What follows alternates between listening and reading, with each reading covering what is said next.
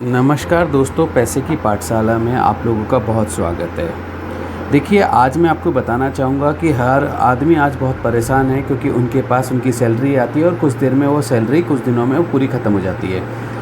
देखिए, आज हमारा इस वीडियो को बनाने का एक ही उद्देश्य है कि मैं आप लोगों को ये बताना चाहता हूँ कि आप थोड़ा-सा इन्वेस्ट करके आने वाले समय के अंदर एक फ़ाइनेंशियल फ्रीडम कैसे पा सकते हैं। देखिए, हर महीने की सैलरी आती है और अगले दिन खर्च हो जाती है। क्या आपके साथ भी ऐसा है? तो प्लीज़ इस वीडियो को पूरा देखिए और आपको समझ में आएगा कि कैसे आप आने वाले समय के अंदर अपनी छोटी सी सेविंग से एक बहुत बड़ा अपने कॉर्पस फंड अपने लिए इकट्ठा कर सकते हैं। देखिए, मैं ये बताना चाहूँगा, आपकी जो भी सैलरी है उसका जैसे 50,000 की सैलरी है तो कम से कम आप अपने 15,000 रुपये की सेविंग, एक 30% के आसपास की सेविंग आप ज़रूर कीजिए अपने साथ में। देखिए, इससे क्या होगा कि जब आप इस पैसे को करेंगे और धीरे धीरे एक लंबी समय अवधि के लिए अगर इसको म्यूचुअल फंड्स में अगर इन्वेस्ट करते हैं और 12-13% के रिटर्न मिलता है तो एक अच्छा पैसा ग्रो करेगा। उसके बाद देखिए, जो भी आप पैसा कमाते हैं प्लीज़ उस पूरे पैसे को अपने कम से कम 3 हिस्सों के अंदर डिवाइड कीजिए।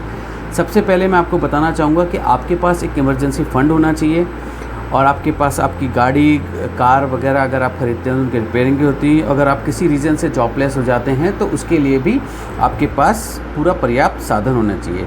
देखिए, इमरजेंसी फ़ंड आपको एक 6 महीने के लिए एक सेविंग अकाउंट में इकट्ठा कीजिए कि अगर किसी महीने रीज़न से आपके पास 6 महीने के लिए इमरजेंसी फ़ंड होना चाहिए कि आपकी जॉब वगैरह चली गई है तो आप आसानी से उसको मैनेज कर पाएँ। उसके बाद मैं आपसे कहूँगा कि एक म्यूचुअल फ़ंड अच्छा सा डिसाइड कीजिए जिसके अंदर पास्ट रिकॉर्ड बहुत अच्छा हो और अपने इन्वेस्ट जो भी आपके गाइड करते हैं उन लोगों से डिस्कशन कीजिए, उनसे मिलिए और एक म्यूचुअल फंड्स के अंदर अपना एक अच्छा एसआईपी कीजिए। देखिए, मैं सजेस्ट ये करूँगा कि म्यूचुअल फंड्स बहुत तरह के मार्केट्स में अवेलेबल हैं, पर आप कोशिश कीजिए कि एक बैलेंस फंड्स को प्रेफर कीजिए जिसके अंदर 50% इक्विटीज़ में हो, 50% डेट या कॉर्पोरेट बॉन्ड्स के अंदर पैसा आपका लगा रहा हो। देखिए, उसके बाद मैं आपको एक और चीज़ थोड़ा सा समझाना चाहूँगा कि आने वाले समय के अंदर म्यूचुअल फंड जिस स्पीड से ग्रो कर रहा है और आपके चांसेस बहुत हैं कि आपका पैसा बहुत फिनेंशियली बहुत स्ट्रांगली ग्रो कर जाए। इसके बाद आप अपनी फैमिली के लिए एक बहुत इम्पॉर्टेंट चीज़ कीजिए, एक हेल्थ और एक टर्म इंश्योरेंस ज़रूर लीजिए। खुदा ना खास्ता अगर किसी रीज़न से आपको कुछ हो जाता है आपके परिवार में फिनेंशियल्स में, तो आप टर्म इंश्योरेंस आपके परिवार को बहुत ही अच्छी होती है और आजकल आप जानते हैं मेडिकल के खर्चे कितने ज़्यादा हैं और उनमें भी आपके परिवार को बहुत हेल्प करेगी अगर आप चीज़ें करते हैं।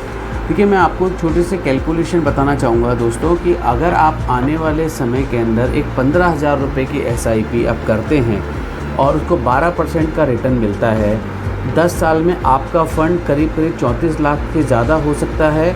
और मैं ये बताऊँगा, अगर इसी फ़ंड को आप 15 से 20 साल अगर होल्ड कर लेते हैं तो जो सबसे बड़ा बेनिफिट आता है कंपाउंड इंटरेस्ट का, वो आपको मिलेगा।